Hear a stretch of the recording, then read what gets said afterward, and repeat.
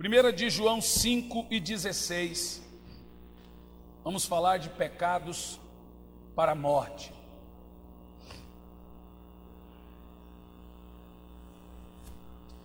Segunda-feira que vem amanhã. 2 a 8, nós estamos inaugurando a nossa igreja em Goiânia. E consagrando também o arcanjo a pastor. Temos lá um prédio para 500 irmãos. Tremendo, né? E também agora em fevereiro, final de fevereiro, não tem a data certa, estamos inaugurando nossa igreja em Lisboa, Portugal.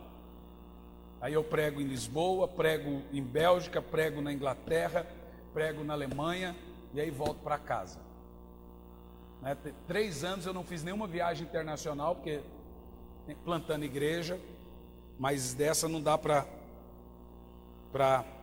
rejeitar não.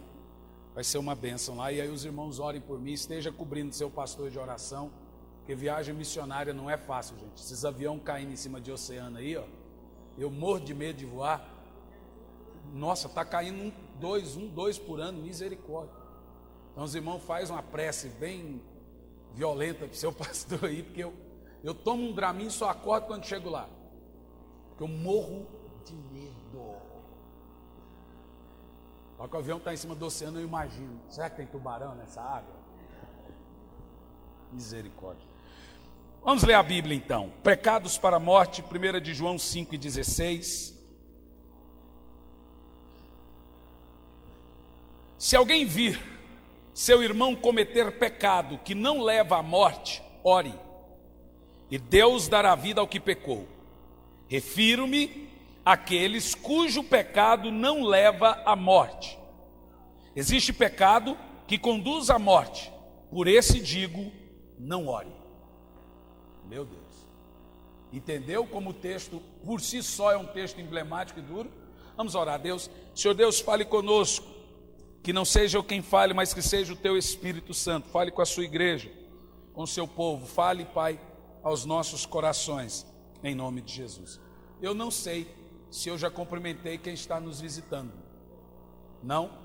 Então você que está nos visitando, sinta-se em casa. A gente não costuma pedir para ficar em pé e cantar uma fanfarrazinha para todo mundo olhar para você, mas fica à vontade, viu? A gente olha e sabe os rostinhos novos que tem.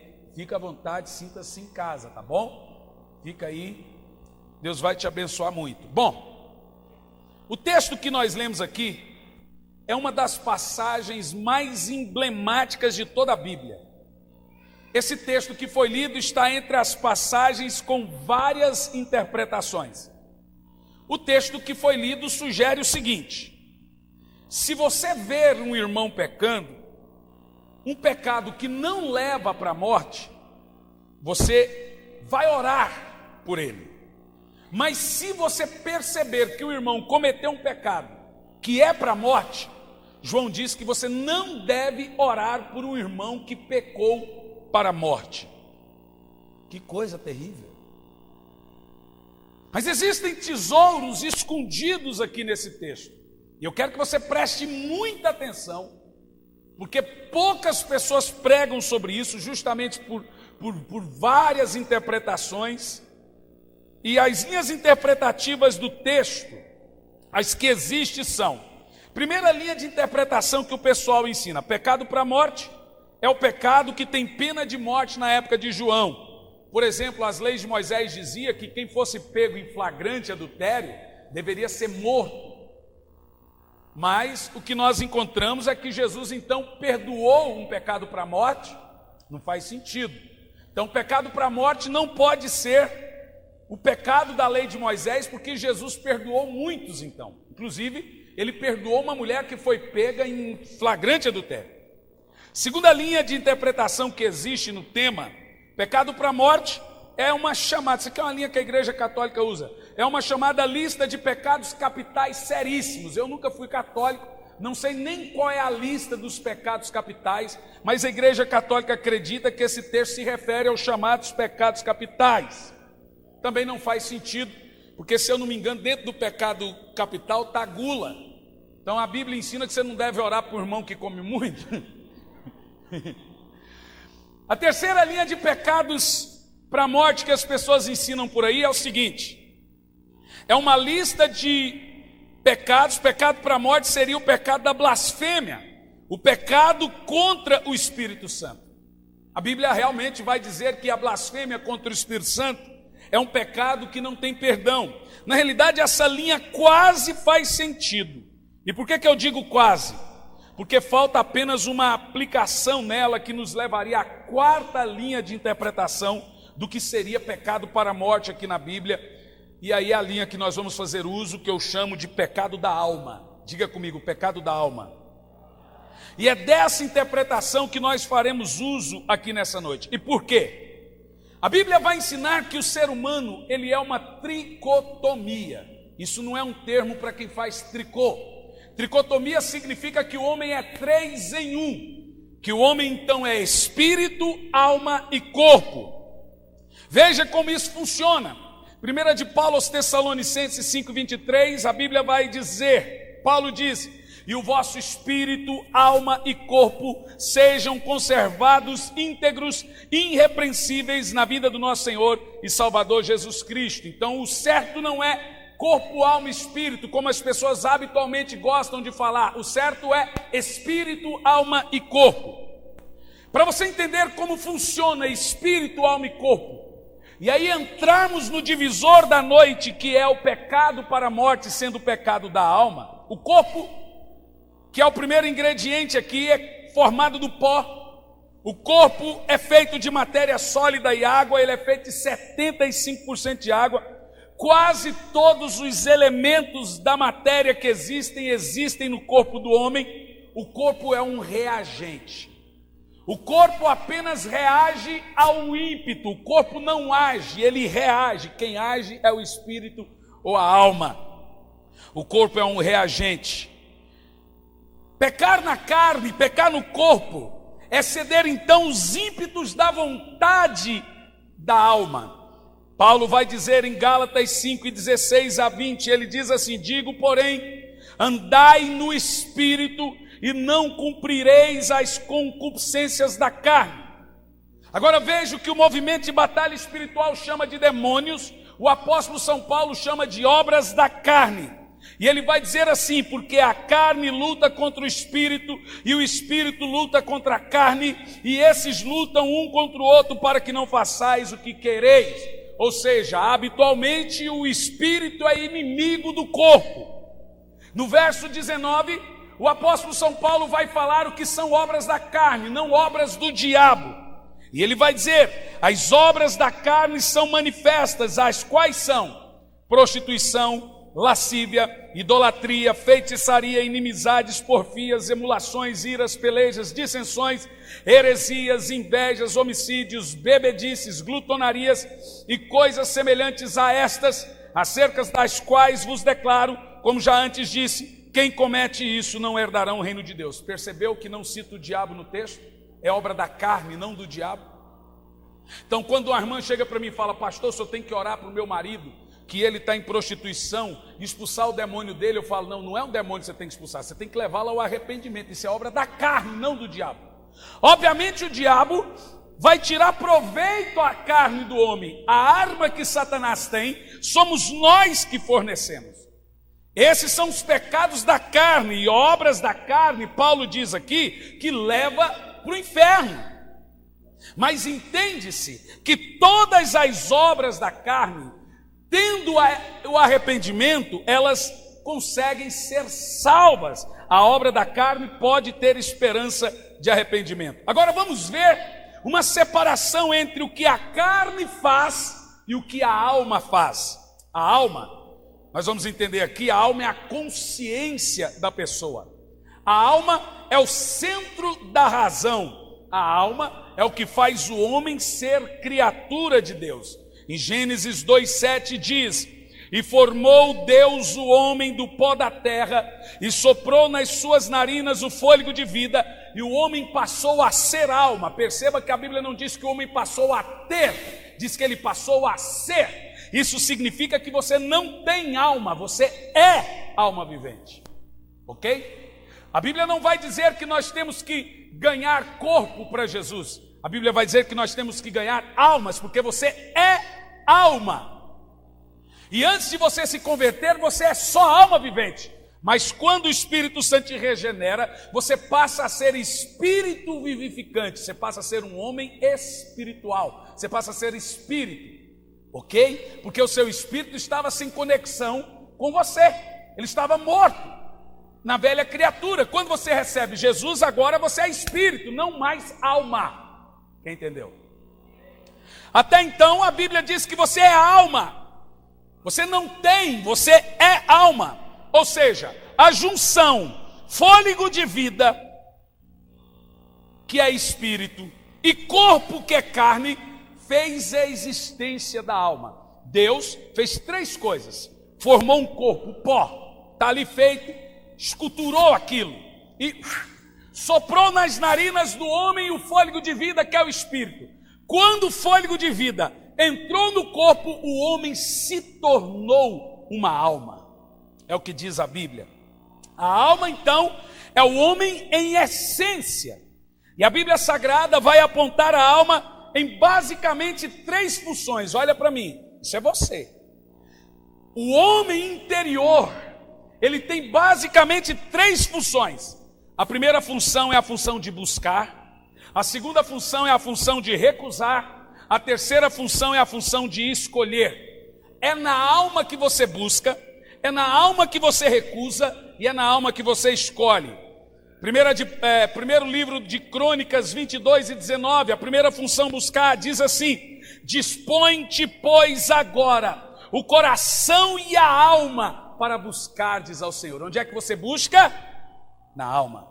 Note que buscar é uma função da vontade, volutividade, do que nós costumamos de chamar de arbítrio, e isso está na alma. A segunda função é a função da recusa, está registrada em Jó, capítulo 6 e 7, diz assim: aquilo que a minha alma recusa tocar. É na alma que você busca, é na alma que você recusa. A terceira função é a função da escolha, que é a volutividade, agora é o arbítrio. Jó 7, versículo 15 diz assim: pelo que a minha alma escolheria. Vou dizer de novo: você busca, você recusa e você escolhe. Aonde? Na alma.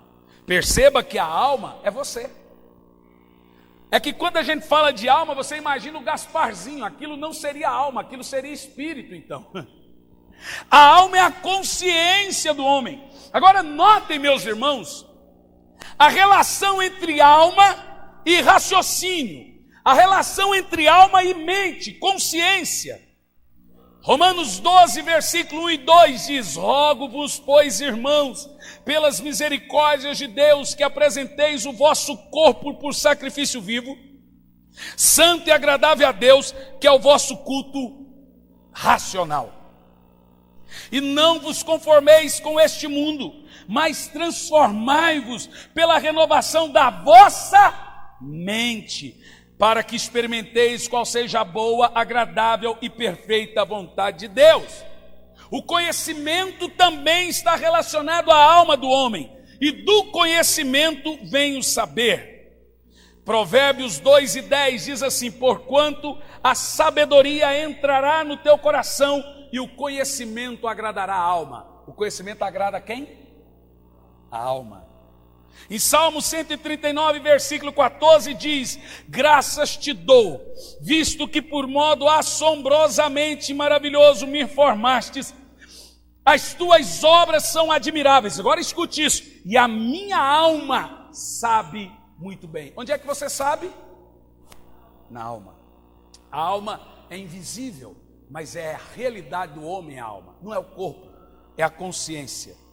Conforme os textos que nós vemos aqui e ouvimos, conhecimento é a função da mente, da consciência, e logo o que forma a alma do homem. A alma é o conhecimento, a alma é o intelecto, a alma é o ser, não corpo. Você não é um corpo, você é alma. Então aonde nós conhecemos? Responda.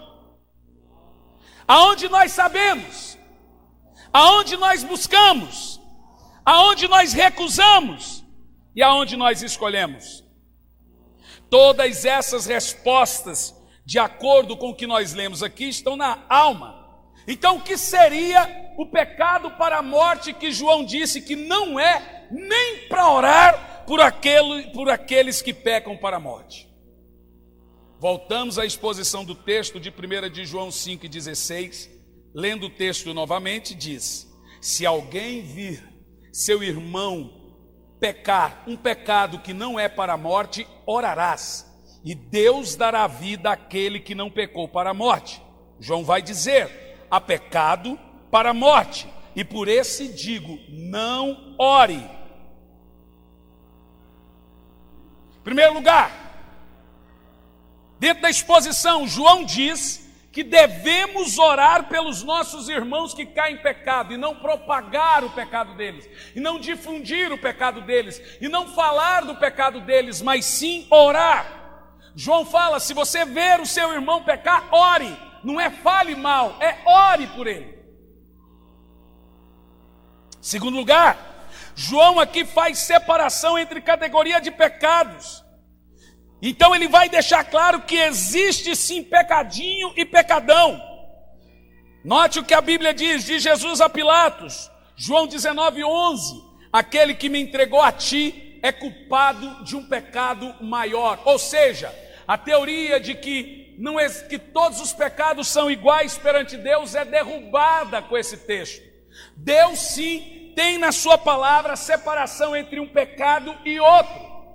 Por exemplo, os pecados mais graves da Bíblia são aqueles que mudam a natureza da pessoa. Quem rouba uma vez, mudou a natureza.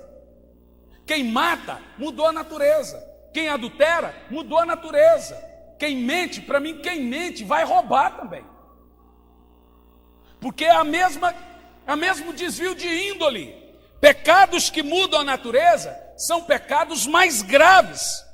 A Bíblia também fala de julgamentos mais severos que outros por conta dos pecados. Lucas 12:47 fala então de julgamentos mais severos que outros. Tiago 3, verso 1, fala de maior rigor para o julgamento daqueles que ensinam. Tiago 3:1 diz que o pecado do pastor, o pecado do líder é o mais grave de todos, porque ele é mais hipócrita e ele é mais danoso. Ele é mais hipócrita porque o pastor, quando peca, ele peca contra o maior conhecimento, ele deveria ser o primeiro a saber. Também o pastor, quando peca, ele é mais danoso porque mais pessoas são escandalizadas e atingidas. Essa semana, fiquei sabendo que mais uma igreja está prestes a fechar por escândalo de pastor aqui em Campo Largo. Mais uma igreja fechando, irmão. Misericórdia. Mais um grupo dos dezenas de irmãos que estamos orando junto com eles, acompanhado aí por alguns amigos nossos na igreja, que agora estão perdidos. Mais um grupo que não sabe para onde vai. Para você ver que o pecado do pastor, ele é cruel, ele é danoso. Em Mateus 11:20 fala, de 20 a 24, fala de maior punição. Obviamente, se a consequência é maior e se a punição é maior, é porque o pecado é mais grave.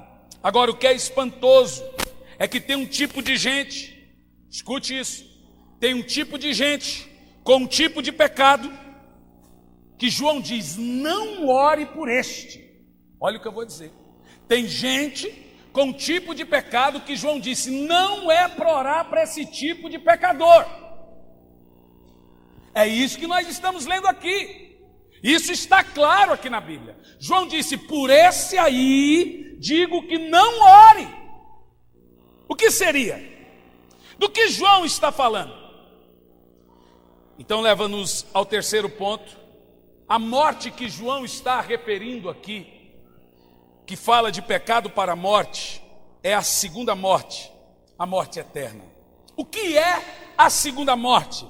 Apocalipse capítulo 20, verso 14 diz: e a morte e o inferno foram lançados no lago de fogo. Esta é a segunda morte. A segunda morte, então, é a morte da alma, é o lago de fogo. O homem que tem Jesus nasce uma vez e só morre uma, ele só morre no corpo. O homem que não tem Jesus nasce uma vez e morre duas, ele morre no corpo e morre na alma, ele vai para o lago de fogo. Apocalipse 2, verso 11 diz: quem tem ouvidos, ouça o que o Espírito diz às igrejas. Ao que vencer, não receberá o dano da segunda morte. A Bíblia diz que o cristão não morre na alma, ele não vai para o lago de fogo.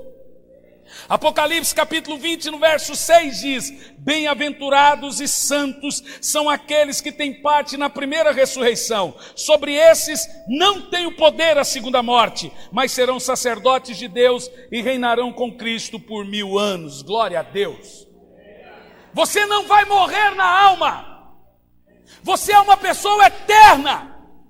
Esse é o grande prêmio para aqueles que entregam a sua vida a Jesus: viver para sempre, viver para a eternidade. Então a morte que João está referindo aqui, de pecado para a morte, é o pecado que leva à segunda morte, é o dano da segunda morte, ok? Em quarto lugar, então, dentro da exposição do texto, quais são os pecados, ou quais são os pecados para a morte? Vamos voltar no Éden um pouco. Gênesis 2:7 diz assim: Deus falou para Adão: no dia em que dela comeres, certamente morrerá. Falando da árvore do conhecimento do bem e do mal no meio do jardim. Provérbios 19:16: e o que guarda o mandamento, guarda a sua alma, mas o que despreza os seus caminhos, esse morrerá na alma. Quando Adão pecou, ele pecou para a morte. É isso que nós chamamos de pecado original. O pecado da alma é o pecado da alma, é o pecado para a morte. É aquele pecado que leva e volta à origem do pecado. O homem é vivo, ele volta a morrer. Esse foi o pecado de Adão, que levou ele a morrer. Ezequiel 18, versículo 4 diz, Deus dizendo: eis que todas as almas são minhas, como a alma do pai, também a alma do filho é minha. A alma que pecar, essa morrerá. Presta atenção, o homem pode pecar na carne, mas se ele pecar na alma, ele morre pela segunda vez. É o dano da segunda morte. A alma não pode pecar. Entendeu isso? Porque nós já aprendemos que a alma tem 3 funções, e são elas: buscar, recusar e escolher. E o que o pecado de Adão provocou no homem? Antes de morrer na carne, o homem morreu no espírito e comprometeu a alma. Porque este homem, Adão, quando pecou, e o homem quando não tem Cristo, ele não tem essas 3 funções básicas da alma. Ele não busca, ele não recusa e ele não escolhe, porque a alma dele está comprometida. Gênesis 6:5 diz: e viu o Senhor que toda a imaginação da alma do homem era maldade continuamente. Veja o que a Bíblia fala sobre as 3 funções tiradas da alma do homem caído. Primeira função, a função da busca. Romanos 3:10, não há quem entenda, não há quem busque a Deus. Percebeu que o homem sem Cristo, ele não pode buscar a Deus? Porque ele não tem essa função na alma. Ele não buscará, ele não recusará o pecado. Romanos 8:5 disse: os que são da carne inclinam-se para as coisas da carne. Ou seja, o homem que não tem Jesus na sua vida, ele não recusará mais o pecado, ele vai abraçar o pecado. João 8:34 diz: todo aquele que peca é escravo do pecado. Agora note, os irmãos, que quem está pecando aqui já não é mais apenas a carne, é a alma. O homem está pecando na alma. As 3 funções da alma do homem, buscar, recusar e escolher, estão completamente comprometidas. A consciência do homem no pecado para a morte não funciona, ele é depravado. Agora deixa eu explicar uma coisa. Qual é a diferença entre convertido e pervertido. Convertido significa voltar à consciência. Isso é conversão. Você estava morto, você não tinha consciência, e você se converte, agora você volta à consciência. Olha que tremendo. Pervertido significa perverter a consciência revivificada. Olha que coisa. Converter é voltar à consciência, pervertida é pervertê-la. No caso do pecado para a morte, o homem não é depravado. Ele era depravado, que é uma mente inútil, antes dele se converter. Ele se converteu, voltou à consciência, então ele teve que perverter a consciência. No caso do pecado para a morte, o homem é pervertido. Ele perverteu algo que saiu da morte para a vida, e agora ele sai da vida de novo para a morte. Hebreus 6:4, esse eu quero ler com você.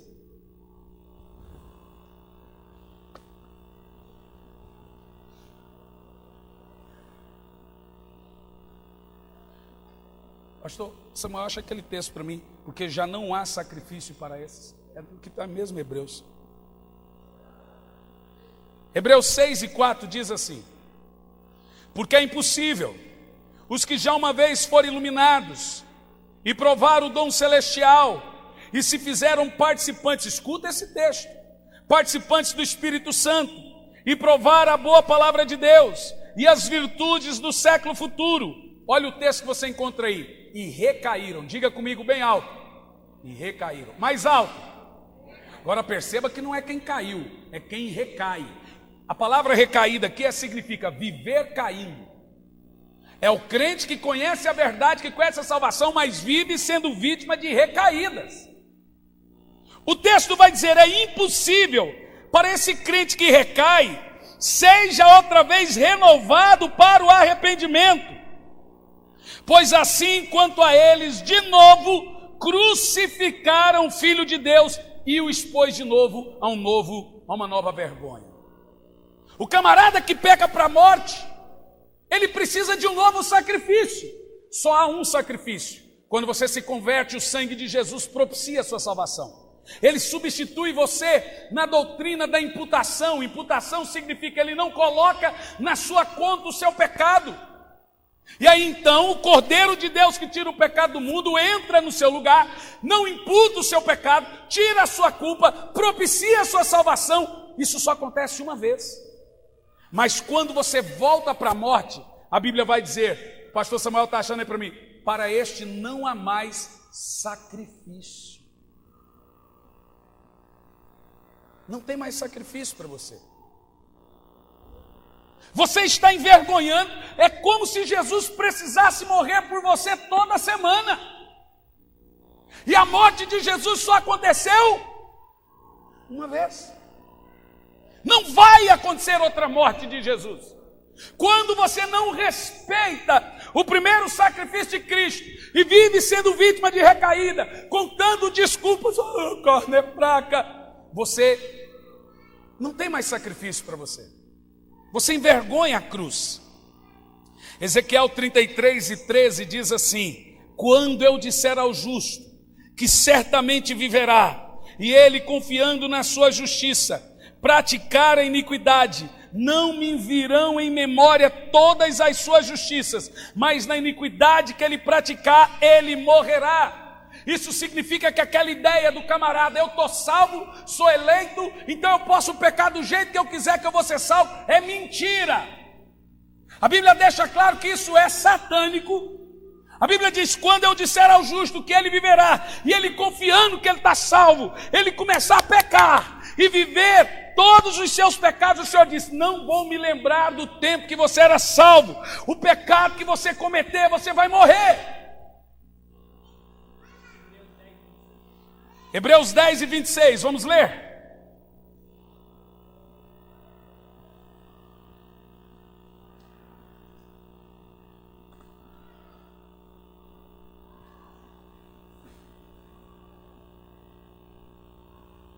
Tem certeza, irmão? Vamos ler. Quem achou, diga amém. O texto diz, porque se vivermos, olha que texto, deliberadamente em pecado, Depois de termos recebido o pleno conhecimento da verdade, já não resta mais sacrifícios pelos pecados, mas uma horrível expectativa de juízo e fogo ardente, prestes a consumir todos os ímpios de Deus. Eu vou ler de novo. Está claro ou não está claro o texto? Porque se vivermos deliberadamente em pecado, ou seja, pecando e pecando e pecando e usando a graça como desculpa, depois de termos recebido o pleno conhecimento da verdade, já não resta sacrifícios pelos pecados, mas uma horrível expectativa de juízo e fogo ardente, prestes a consumir todos os inimigos de Deus. Então, em suma, pecado para a morte é pecar contra a consciência. Pecar consciente, tendo em vista que a alma é a consciência. Legalizar o pecado. Fazer do pecado algo aceitável e ainda ficar justificando os seus pecados. Então, quem peca para a morte nunca se arrependerá, nunca voltará.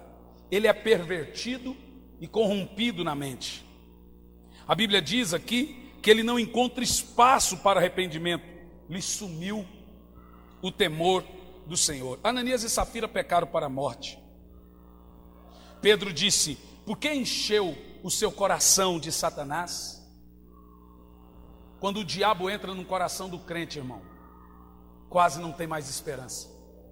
Não adianta o que você fala para um crente com a mente corrompida. Você chega para um camarada pecando para a morte, ele já olha para você e fala: tudo que você vai me falar eu já sei. É ou não é? Ele vai falar: os argumentos que você vai usar para mim eu sei. Ele sabe de todo o conhecimento, é o que a Bíblia fala, mas ele não consegue abandonar suas atitudes. Qualquer coisa que você falar para o indivíduo que peca para a morte não entra, porque ele sabe de tudo. A mente dele se corrompeu. Se Pedro não confronta Ananias e Safira, eles estariam roubando a igreja de Cristo até hoje.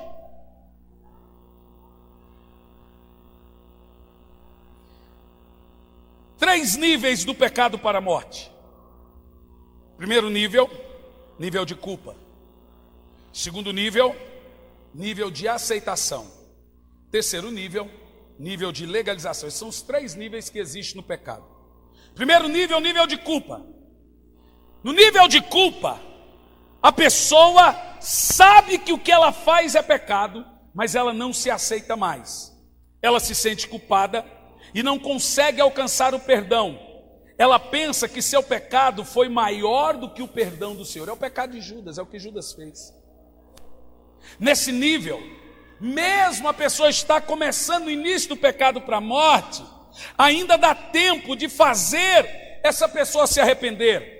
Veja o que Tiago fala em Tiago 5,19, no primeiro nível do pecado para a morte. Irmãos, se algum dentre vós se desviar da verdade, e alguém o converter, trazer ele de volta, saiba que aquele que fizer converter do erro o seu caminho, o pecador, esse pecador que se desviou, salvará da morte o quê? Uma alma, e cobrirá uma multidão de pecados. Não é a multidão de pecado que quem converteu, é a multidão de pecado de quem voltou. Que eu já vi pregador, pastor Samuel, é ou não é? Que diz o seguinte, que ganhar a alma encobre o pecado do ganhador. Encobre o pecado de quem você ganhou, não é do ganhador. Mas os caras gostam, então tem que ganhar muita alma. O povo é terrível. Agora observe agora Paulo dizendo em 2 de Paulo a Timóteo 2,25, instruindo com mansidão os que resistem. A pessoa resiste o apóstolo, resiste o pastor, você tem que instruir com mansidão, mas instruir, corrigir com amor, a ver se porventura Deus lhe dará o arrependimento para conhecerem a verdade. Olha o que o texto diz: e tornarem a acordar. Veja que ele estava vivo, dormiu de novo, morreu de novo, agora ele tem que tornar a despertar, desprendendo-se dos laços do diabo, em que a sua vontade se prendeu.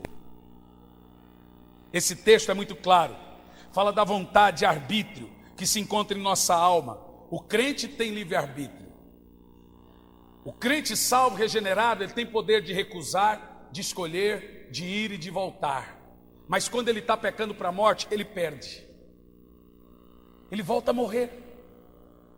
E como se ele voltou a morrer, Jesus já morreu por ele uma vez. Se ele voltou a morrer, quem é que vai morrer por ele de novo?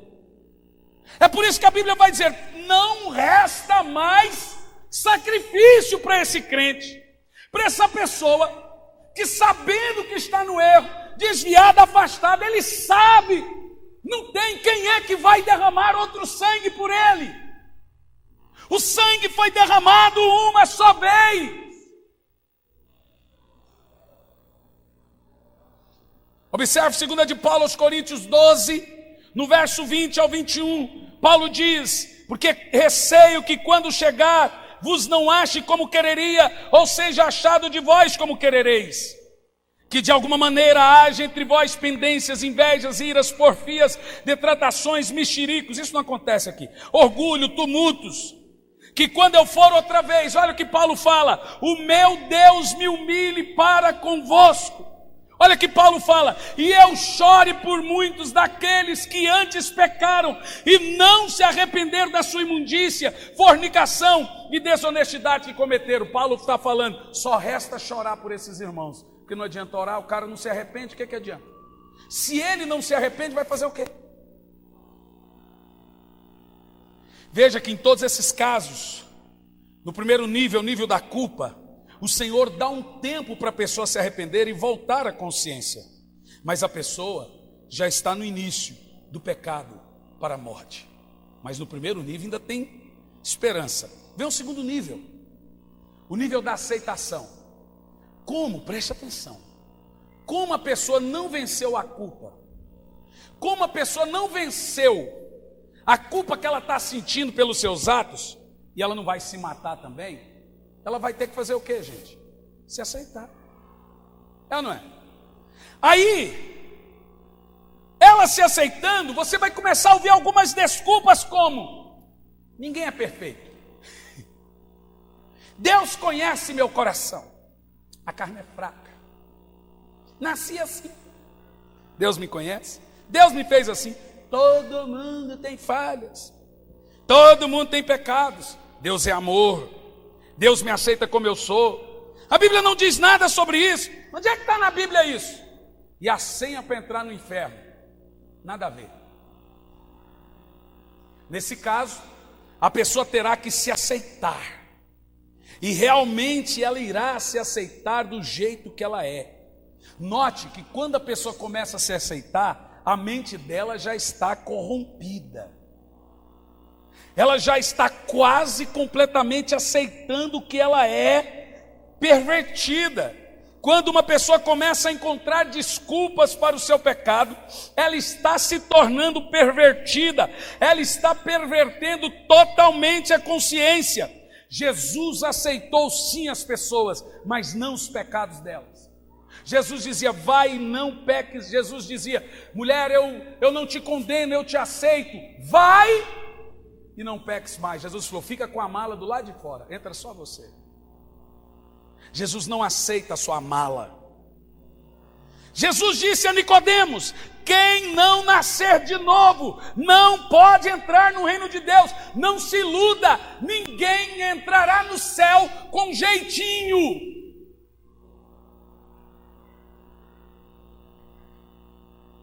Isso é muito claro. O que Jesus falou para Nicodemos, nascer de novo, ele está deixando claro: tem que passar da morte para a vida, tem que morrer para o mundo para nascer para Deus. Agora você quer entrar numa crise pior ainda? 1 de João 2 e 3 diz: e nisto sabemos que o conhecemos, se guardamos seus mandamentos. 1 de João 2,4: aquele que diz eu conheço e não guarda seus mandamentos é mentiroso, e nele não está a verdade. 1 de João 2,6: aquele que diz que está em Cristo deve andar como ele andou. Está claro para você? O cristianismo é coisa séria. Isso aqui não é brinquedo. Isso aqui não é maçonaria. Não é uma sociedade secreta, uma associação, um lugar de encontros. Aqui é um lugar em que o Espírito Santo vai te encher. Você sabe qual é a diferença de Satanás e Deus? Satanás te exalta para te humilhar, Deus te abate para te exaltar. Deus só irá usar um homem grandemente depois de quebrantá-lo grandemente. Aqui é o lugar que o Senhor quebra o vaso, faz um novo barro e reconstrói o vaso. Aqui é o lugar de se encontrar com Deus, não com outra pessoa. Aleluia! Bendito seja o nome do Senhor. Se você quer ouvir algo que te agrada, procure outro lugar. Aqui, você vai ouvir a verdade. Sem nenhum jeitinho. Sem nenhuma máscara. Ainda mais claro, 1 de João 3,4. Qualquer que comete o pecado. Veja que está no singular. Falando do pecado para a morte. Não é os pecados, porque todo mundo peca. Mas crente não peca para a morte. Crente peca, gente? Peca. Mas crente não peca para a morte. João fala, qualquer que comete pecado, é o pecado para a morte. Artigo definido aqui.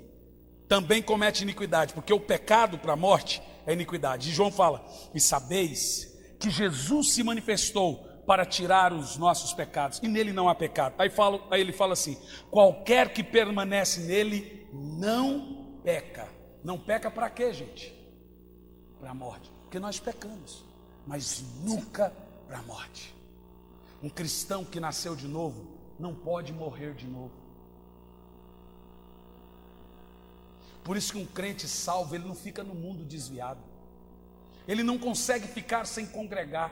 Ele pode ficar um tempo, mas ele começa a ter saudade. Com saudade dos cânticos, saudade do culto. Que saudade, ele começa a ter vontade. João diz assim, qualquer que peca para a morte, não viu a Deus e nem o conheceu. Filhinho, ninguém vos engane, quem pratica a justiça é justo, assim como ele é justo. Quem comete o pecado é do diabo. Quem peca para a morte é do diabo. Porque o diabo peca para a morte desde o princípio. Para isso o Filho do Homem se manifestou, para desfazer as obras do diabo. Qualquer que é nascido de Deus não peca para a morte, porque a semente de Deus permanece nele. Ele não pode pecar, porque é nascido de Deus. Quem é de Deus, o maligno não lhe toca. Então logo, aceitar os seus pecados é nada mais, nada menos, um meio terrível de perversão da mente. Mas creio que vindo à luz, ainda no segundo nível, tem uma fagulha distante, longínqua de arrependimento. Está um pouco mais difícil, mas tem. Você sabe que enquanto eu estou pregando aqui, você está se lembrando de um monte de gente que você conhece. Que quando eu estava elaborando o sermão, a minha cabeça vaga. Tem gente que está assim. Quem conhece? Quem conhece pessoas que não adianta falar mais para ele? Quem conhece? E terceiro e último, a legalização do pecado. Isso aqui é o pior. Nós começamos com a culpabilidade do pecado. Culpa.